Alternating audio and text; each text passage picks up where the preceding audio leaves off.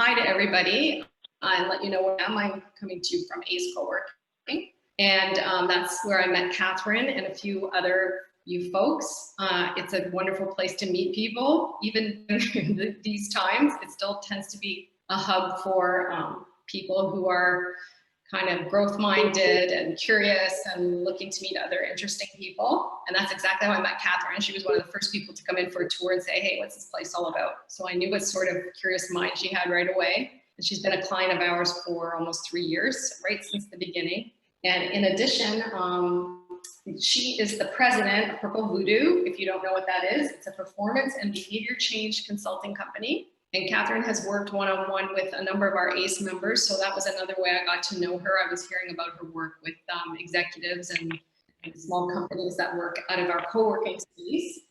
So that's my introduction to Catherine. I'm looking forward to, this is my first kind of one-on-one with her, so it should be good. Aside from her coaching work, Catherine also has decades of experience as a corporate leader. And on top of that, she is a talented artist, singer, songwriter, and so many things. So I think the versatility that a person like Catherine has is probably serving her in these times. And I think that's a little bit about learning to adapt. It's perfect person to talk on this topic based on that versatility, I think. So I'll just hand it over to you, Catherine, and you can get started. And at the end, make sure you tell us about your book project. We want to hear that too. And so happy to finally be doing something with ACE in this lunch and learn setup. As she mentioned, I have a lot of time and respect for her and Mark for building ACE Co-working, but also a lot of really cool people who work there. So at the beginning of every talk, I refer to my practice as verbal acupuncture. And that means I'm likely not going to say anything that you haven't heard before or already know. But maybe that knowledge has been lying dormant or inactive. And so my goal is like a little acupuncture needle to reactivate that wisdom, to catalyze and restart your personal mojo. So today, I'm going to lay out a buffet of ideas that you can then pick and choose based on your own tastes and preferences, what most resonates for you. And we've got about 45 minutes together today. And it's really just a starting point. It's a reflection point for all of us to pause and have a look at what does perpetual adaptation look and feel like for you. And in the Zen Buddhist tradition, one of my favorite sayings is, in the beginner's mind, there are many possibilities, but in the expert's mind, there are few. So I'm going to start with a question. Do you ever have those middle of the night ruminations? You know, those thoughts and worries and scenarios and ideas and dreams that go round and round and round and round and round, usually around 2:45 to 4:30. That's me. So clearly I do. They have been even worse, more active over the past 8 months. And when the pandemic started, and for the record, I still can't believe that we're uttering statements like that when the pandemic started. Can you imagine like 9 months ago that we'd be saying stuff like that? But when it started, I felt both paralyzed and activated at the same time. I felt paralyzed because everything in my life, personally and professionally, was in a state of upheaval and in turmoil. Even things as simple as getting toilet paper. And then conversely, I felt really activated to try to make sense of everything, to learn everything, to connect with people, to try to just unpack it all and figure out, what do I do next? And one of the things that I did, which was really, really interesting, is I attended a conference, virtually of course, with 4 leading futurists. And they were discussing what the world is going to look like over the next 10 to 20 years. And there were 3 concepts that really stood out for me. One was that the world has to stop focusing on growth and focus on progress. The second thing is that human-centered leadership is going to be the only way forward. That is, we have to focus more on people and less on things. And lastly, that the notion of adaptation as a fundamental skill is going to be critical. And when I thought about it, it really led me to the conclusion that learning to adapt and really deepening that competency is going to be so critical now and moving forward, that it really is learning to exist. So it's learning to exist with our new ways of living, learning to exist with our new ways of working, new ways of connecting, new ways of leading, new ways of innovating. And that all of these things actually lead us to being or not being what we most want to be.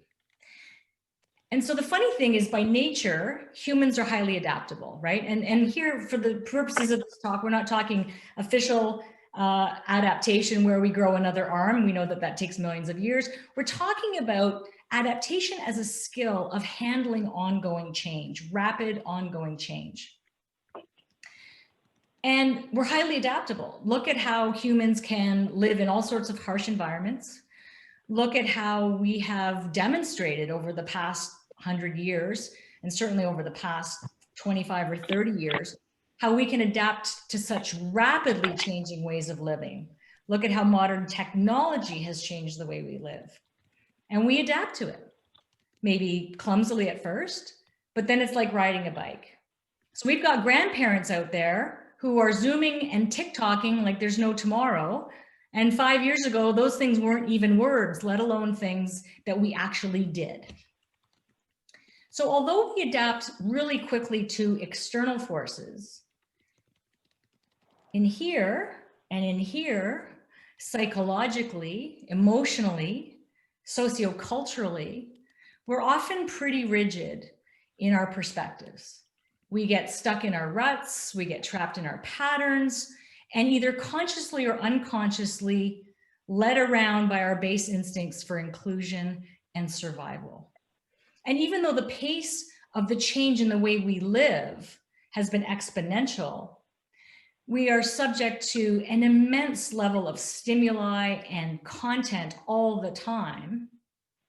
And we can adapt to that external stuff. But really, we're living with the same machine, right? The same physiology and neurobiology that we've had for more than 100,000 years. So when I was born, the global population was 3.5 billion people. Now we're about 7.8 billion, and in less than 30 years, we're going to be over 9 billion people. And that is nearing what experts suggest is the maximum capacity for our planet Earth. That's based on finite fresh water, food supply, biodiversity, etc. So we literally must adapt in order to exist, right? This exponential growth and expansion has got to shift somewhere. So one of the things that I did recently, and speaking of our connection to the natural world, is I watched My Octopus Teacher on Netflix. Of course, that's one of the things that all of these 7.8 billion people are doing these days, is watching Netflix. But if you haven't seen My Octopus Teacher, I highly recommend it. It is absolutely beautiful. And the core themes of this film are adaptation, curiosity, creativity, and interconnectedness. That octopus was simply incredible with her ability to quickly adapt to her surroundings, solve problems, and leverage her curiosity and creativity to optimize her well-being.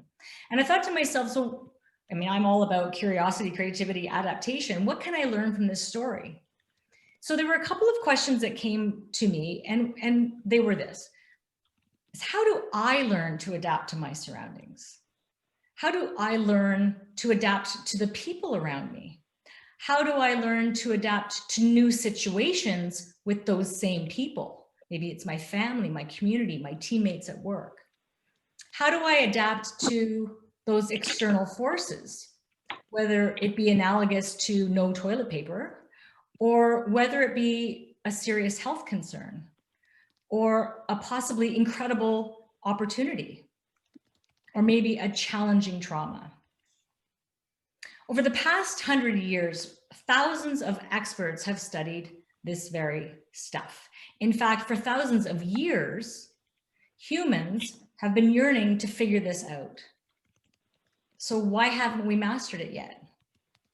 Because we're human, because we get disconnected from some of the basics, and because the game keeps changing, right? Remember, same machine, same physiology, same neurobiology, and yet our external world has continued to shift and change at an exponential rate. Additionally, I believe that our current society has been conditioned now to want everything, everywhere, all the time. And our ability to self-regulate has been sort of overrun by the constant message that we're not enough and we don't have enough. And that quite explicitly taps into that old neurobiology, the circuitry, and those base instincts for inclusion and survival that I mentioned earlier. And we're simply not built to flourish this way with this amount of onslaught. So how do we actually adapt when the pace of change is so incredible and so constant, and it's not stopping anytime soon? A vital practice to consider is really learning when to stop, learning when to notice you've had enough, learning when to say no, learning when you need to really unplug and slow down. This is the first time in human history that we have zero downtime. We never need to be bored, and it's almost expected that we're connected and plugged in and responsive 24/7, either consuming information or participating in some sort of exchange or just being available to people, sometimes people we don't even know. So learning to cultivate an open, curious, observing, and present mind enables us to leverage that inherent adaptability I talked about earlier and learn to surf the waves of constant change with more balance. We can pause, we can question, we can explore. We can accept that we will fall down and we will fail and we will succumb to some of these negative things. And then we can get back up and get clear and present again. And this adaptation means that this is going to happen over and over and over and over. So learning to adapt in order to exist optimizes our well-being. Back to the ocean. As lobsters grow, I've found this so cool. Snakes do this too. If they're given a healthy ecosystem, they will regularly shed their rigid exoskeletons, their shells, and go through an period of extreme vulnerability, right? Before that new shell hardens in place. And then they grow into their shell, they live there comfortably until they outgrow it. Again, they go through that vulnerability until they grow into their new shell. And again, I found this so symbolic of how humans go through change and adaptation, right? We live, we learn, we fail, we go through discomfort and vulnerability, and then reestablish a new sense of self. We grow into ourselves. And some basic human needs like rest, nutrition, social connection, love, a sense of self-agency are necessary for regular growth to occur. But the catch here is that we have to accept this whole process and not just part of it, right? We have to ensure that we have that healthy personal ecosystem, and we have to accept going through those periods of discomfort and vulnerability. And again, what I've observed and even felt is that there's a lot of bypass culture going on these days, which is just get me from here to there, and I don't want to have to go through the discomfort, right? I don't want to have to make any changes that I don't like. Don't ask me to do any of the tough stuff. Just give it to me. But the human stuff is the tough stuff, and the tough stuff is the real stuff. And we can't actually get to the growth spot without fully and completely and presently going through some of that vulnerability and discomfort. And that's not a comfy place for a lot of us here, certainly in the Western world. We've normalized individualism. You know, we've armored up. We've disconnected from our humanness in many instances. and from our interconnectedness and our interdependency, and become quite egocentric in terms of that. I want it all, I want it now, and I don't want to have to go through the discomfort. So some of you, probably people my age, might be thinking, you know what, Catherine, whatever, this is all too soft and mushy, the vulnerability, the personal ecosystem stuff, we've already gone too far. There's whole generations of people, you know, who get participation medals. We've got examples of rampant incompetence in all over the place in leadership. And look where it's getting us, right? We've got entitlement, we've got laziness, explicit self-centeredness. And I agree. And I think that's one of the outputs of bypass culture. I just want to move from here to there with ease. I don't want to deal with the tough stuff. I don't want to be responsible for any of the decisions that I make. I don't want to be responsible for the actions that I take. I don't want to do the work in order to grow, to expand, to fully adapt and exist. So rest assured, I'm all about personal accountability and owning what you say and do, and finding courage to have conversations with clarity, with vulnerability, with honesty, with empathy. And then learning, how do humans function? Back to the machinery again, so that you can get the most out of yourself and those around you. And hey, don't take my word for it. There are thousands of experts out there who have done elegant research. These are some of the ones that I have read repeatedly over the past 30 years. And there's many, many more. And it really just amplifies the opportunity for us to understand ourselves and each other and the world we're living in a little bit better. So how might you get curious about some of this stuff? The most important thing is just, as I mentioned, slow down. Connect to something. Maybe you've read something that from one of those authors. Find something that you're connecting to on this conversation today. Learn about it a little bit, and then contextualize it to your own life. What does this mean to me? How might I apply just one thing in my life to get a little shift, to see what happens, to notice? Is this a win for me? Is this a challenge for me? What else do I have to shift? So get curious and be a researcher or an investigator in your own life. I would assert that you have nothing to lose, and you actually have a lot to gain in terms of optimizing your well-being and the people that you care about. From the minute we're born, as much as we might not want to accept this, we participate in radical uncertainty, right? We think we know what's going on because we plan for it. We've got calendars, and we've got time management tools, we've got multicolored markers, we've got 5-year strat plans, right? All filled to the brim with certitude, mapped out with surgical precision and culturally mandated content. So we go, I know exactly what's going on. But ultimately it's a crapshoot, right? And it's cool when things work out, and that takes focus and planning and skill development, right? If you want to pay off a mortgage or write a book or lead a team to victory, you've got to actually sacrifice and plan and implement focused effort. But those paths are also riddled with boulders and barriers and washed out bridges. And getting through all that stuff with creativity and curiosity and courage and interconnectedness and interdependency is really what learning to adapt is all about. Surfing those waves we talked about while you're on track to your ultimate goals and objectives. And we are not living in a period of calm stability here. I think we would agree. So there's going to be constant and random upheaval and waves for the rest of our lives. But we're also living in a time of incredible opportunity.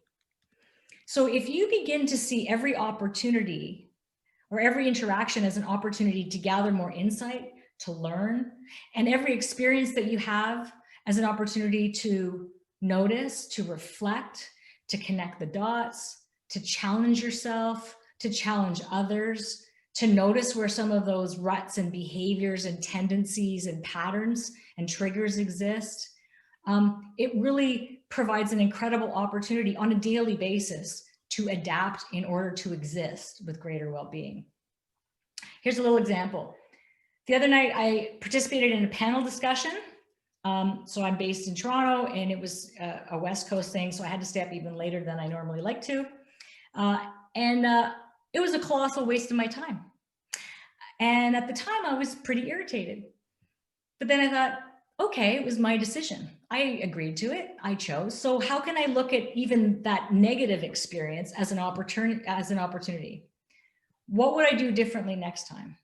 Where are my priorities?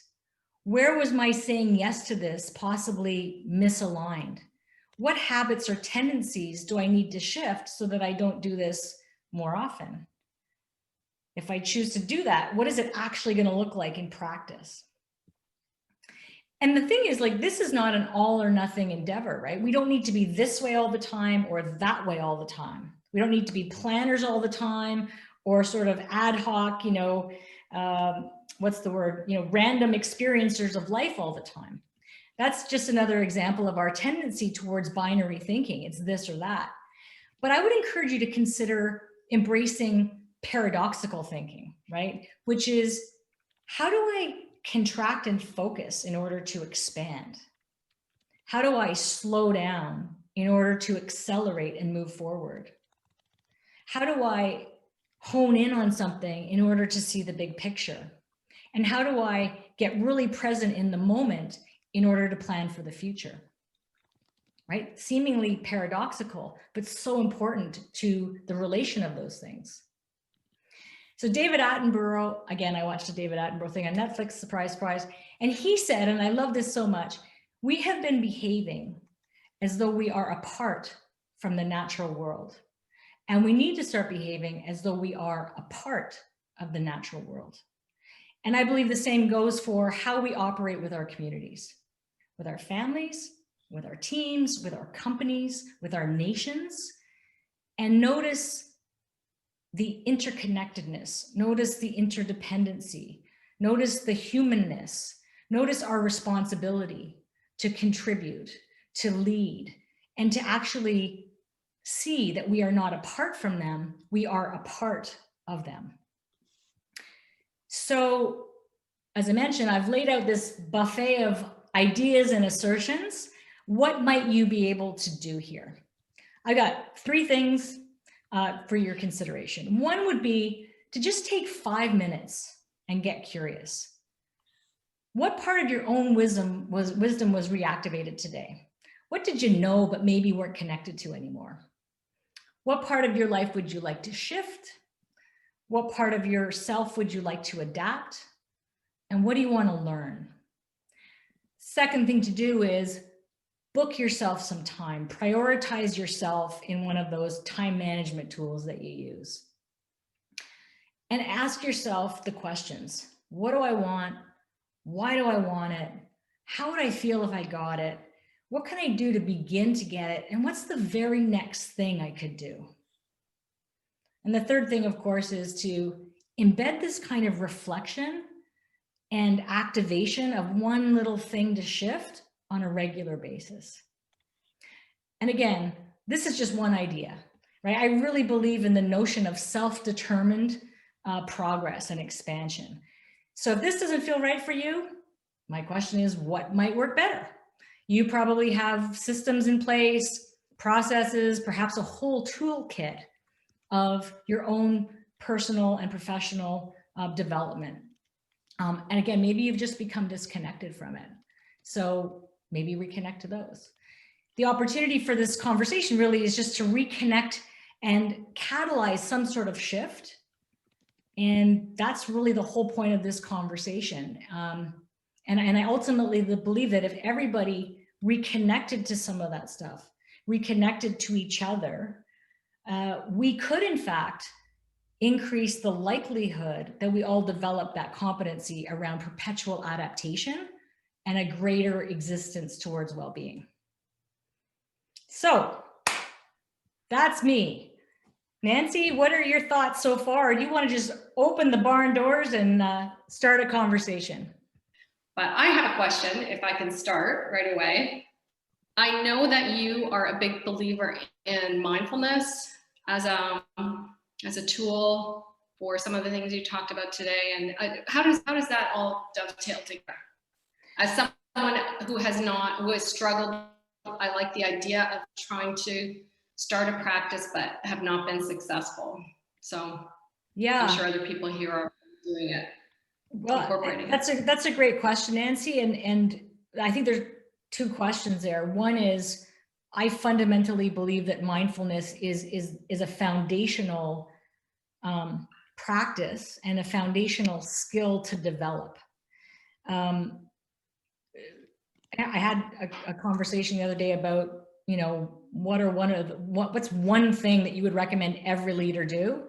And my thing is, I would, commit to non-negotiable mindfulness practice, because it will enable you, quite frankly, to then learn and begin practicing every other effective leadership behavior possible.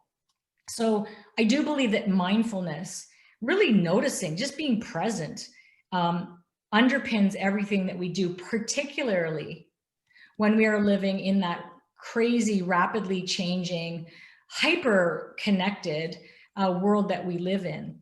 The second part of your question is interesting, though, because I think that there is, I think that, and this is probably true for many I shoulds these days on the road to wellness. I don't know how to do it. I don't know if I have time. I got to learn it. And I would say, start with 1 minute. Think about, how can I just get present in this moment?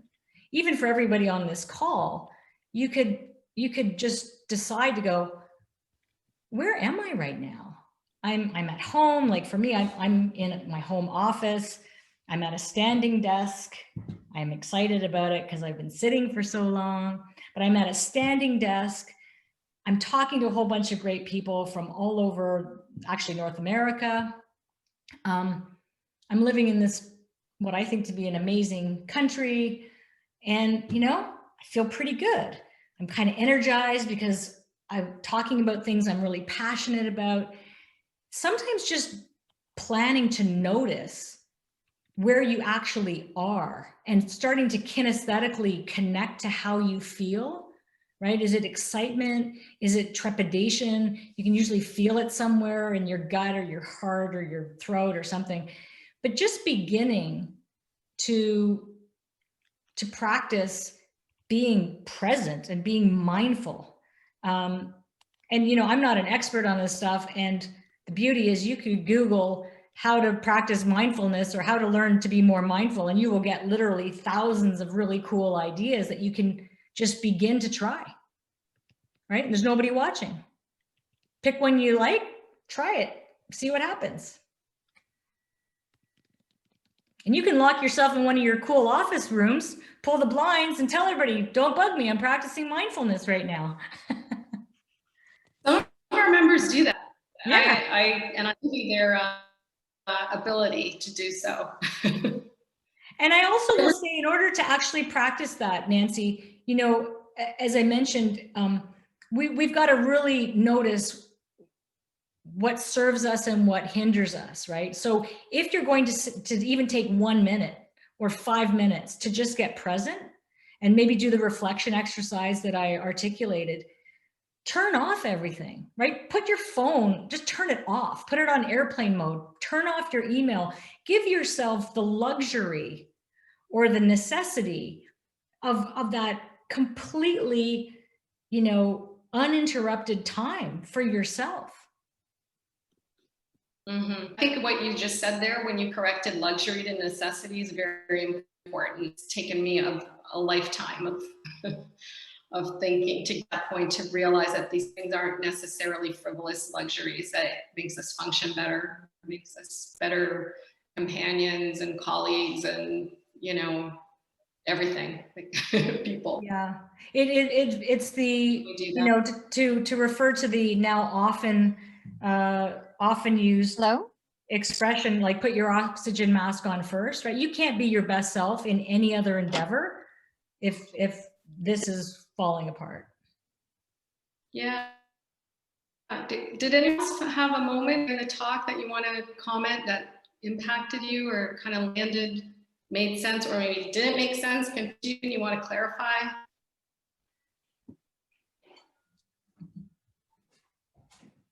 I have a I see a question. question in the chat.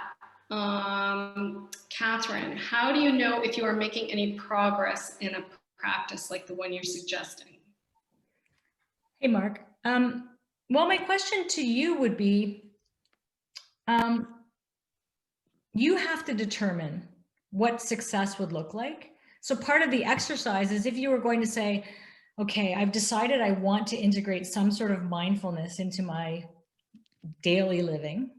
I've found the thing that kind of connects and resonates with me most. One of the questions would be, what will success look like? Like, what will I actually be seeing or hearing or doing or observing when I'm noticing this success?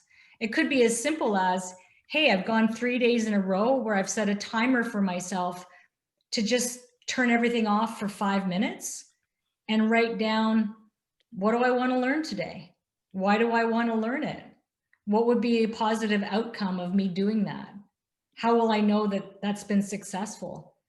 So a super simple one, Mark, would really just be creating some well-articulated objective measures for yourself, because how you choose to measure success might be very different from how others choose to measure success. Alyssa, did you have a question? I saw you unmute yourself. Hi. Yeah, I did. I was starting to type it, but I can say it instead.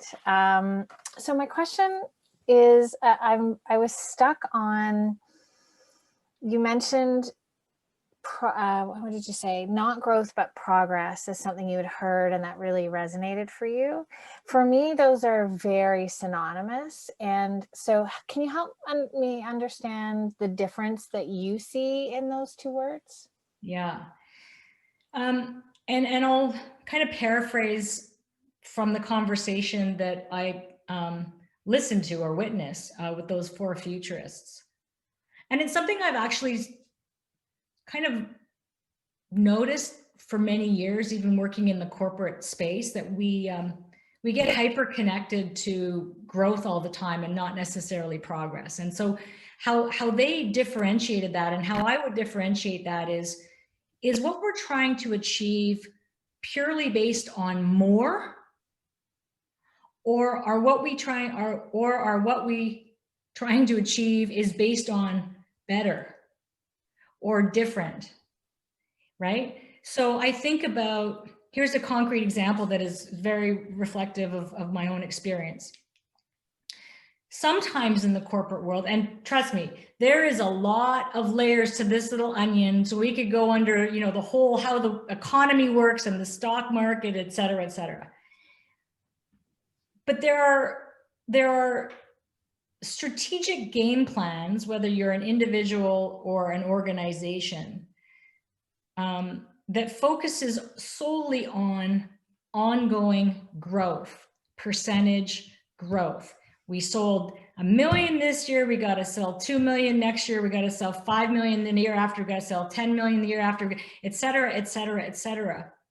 Without possibly looking at, but are we progressing? Are we contributing and innovating to better? Or is this almost singular focus on growth coming at all costs? And so for me, it's the growth, singular focus on growth just seems like more versus better. I don't know if that makes sense to you, or. Yeah, no, that helps a lot. That's great. Thank you. And I agree.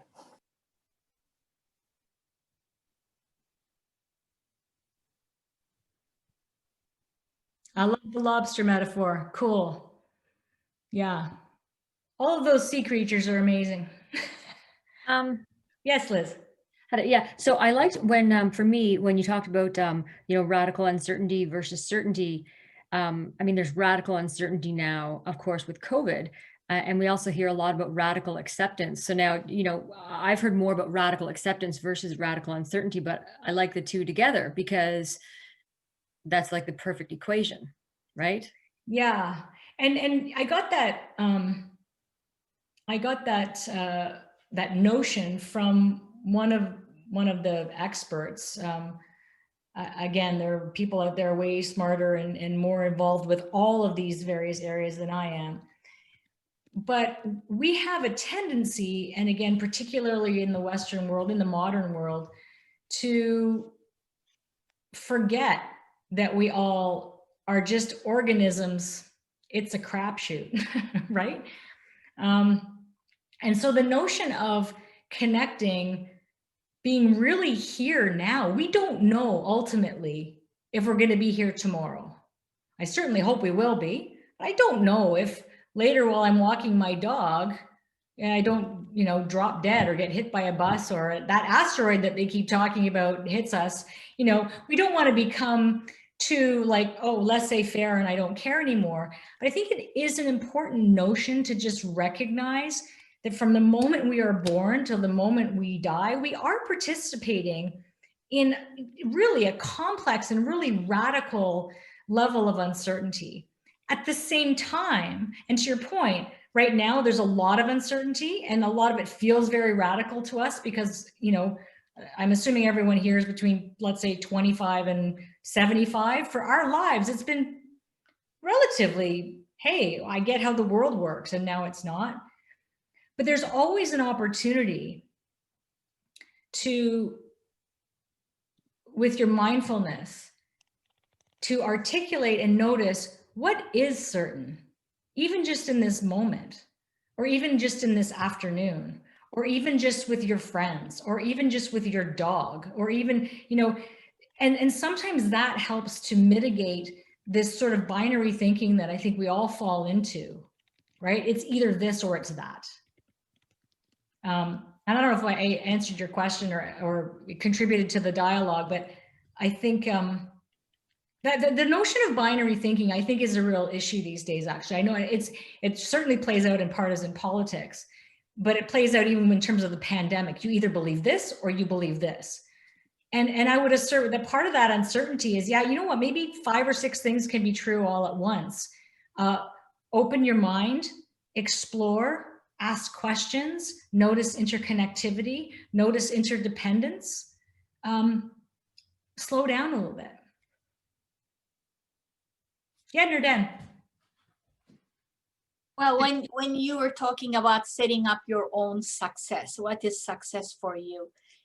When the pandemic started, the business as an entrepreneur, the business slowed down and I wasn't as busy as I used to.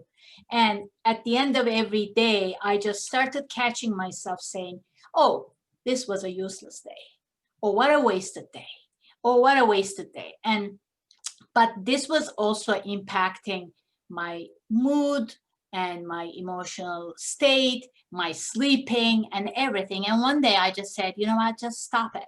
So that was one thing helped me get through it. I said, at the end of the day, I'm going to write one good thing happened today. And I started doing that.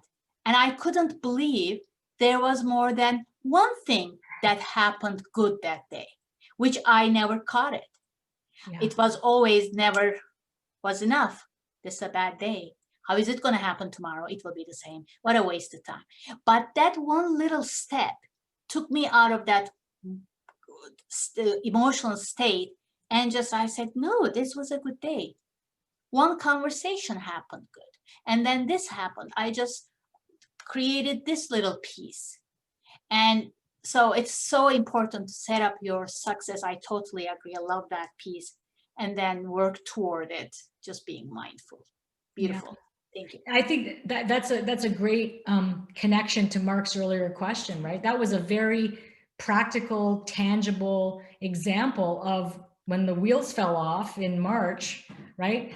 We started comparing everything to a paradigm that didn't exist anymore. And your thing was like, well, I got to shift the paradigm and start noticing what is working. And I'm with you. I around middle of April, I had a bit of a like, whoa. So, by the end of the day, I was like, hey, I washed my hair today. Yay. you know? And you cut your hair too. And I cut my know hair, that that's one. right. That was called boredom and access to scissors, but you know. I know, you cut your hair. It works. Thanks. No, Dan, I love that comment. I'll tell you, as one of my COVID, initiatives, we all have these things we're going to start. And I tried to do morning pages. If any of you have heard of this practice, a lot of people do, because the mindful meditation traditional wasn't coming to me, but I am a writer. So I thought maybe I could to have this meditative practice through morning pages. So I did it for about a month. I tried to stick with it, but I'll tell you, my morning pages were so negative. I finish in the morning with all these like negative thoughts. It's supposed to be to vent or like to get rid of them so that you carry on, but it didn't. It left me with this negative mindset.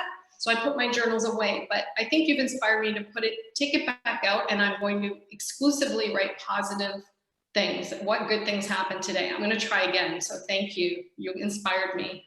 And Audrey had an interesting question that I could relate to as well in the chat. She said, after calls like this, I always get, excited, and I will meditate immediately for 5 minutes. Do you want to ask the question, Audrey? Go ahead. Why don't you ask it? It's a good one. Yes. Hi, Catherine. I just want to know. Hi. I just want to know. Oh yeah. Why? After I hear meetings like you did today, I'm stopping after maybe a month, but I know it's good for me, and how it's so difficult to take 5 minutes a day. Yeah, welcome to being human. I mean, that's why the whole behavior change industry, as I mentioned, for thousands of years and then hundreds of years, we keep talking about this stuff because humans are messy. And we are creatures of habit, and we also like the path of least resistance. So one of the things is to even just notice, okay, I notice that when I do those things, I'm aces for 2 weeks, 3 weeks, 4 weeks, and then I kind of fall off. Possibly you might notice, around the 3-week mark or 4-week mark, I'm going to put something in my agenda that says, get on one of these calls again. Because I know that's going to help trigger me, or call my friend, or watch that movie, or read that, even if it's like one chapter of a book that you always know triggers that again for you. You can build in some of that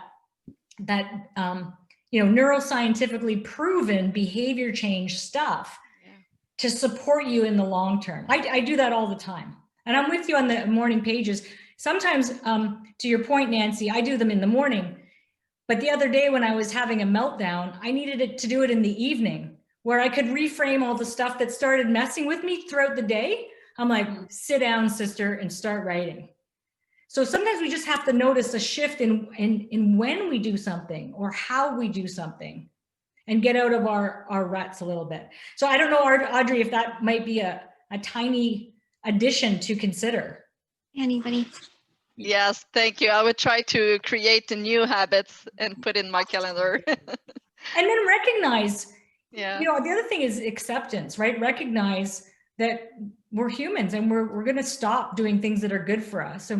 And the part of the mindfulness, right back to the top question, is when you cultivate some mindfulness in your days, this stuff will begin to remain more top of mind.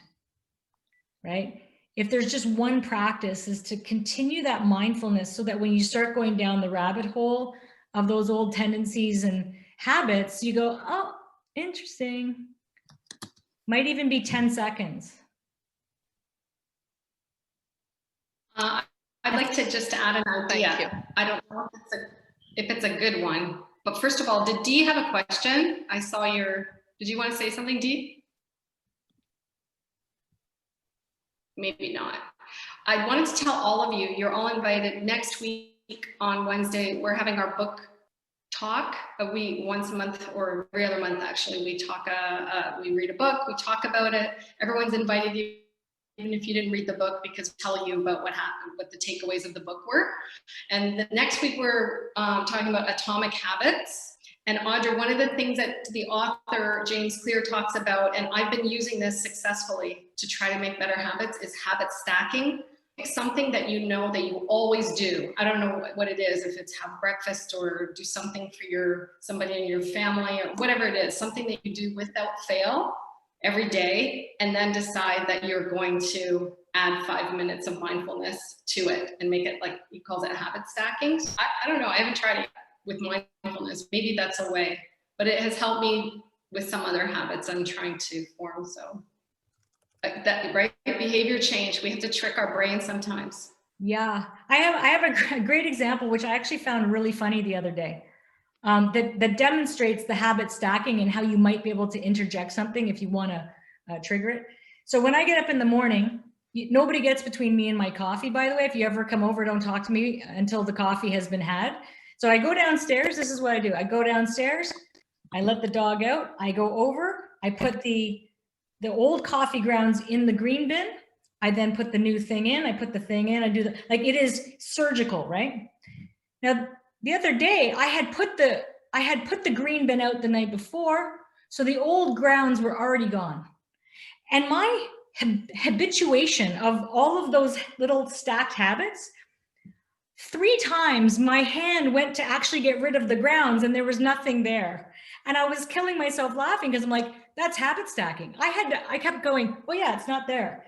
And then I did it again. Oh my God, it's not there. So it's a riot. If you even notice that, you can think about, so what good thing do I need to insert there to start, adding it to but anyway, I was laughing at myself, me and the dog. Catherine, Nordan has a question, but you're on mute, Nordan. We have to unmute you. Hold on.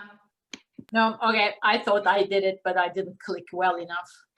Okay. And after that question, don't forget to leave some time to tell us a little bit about your book. Okay. Sure.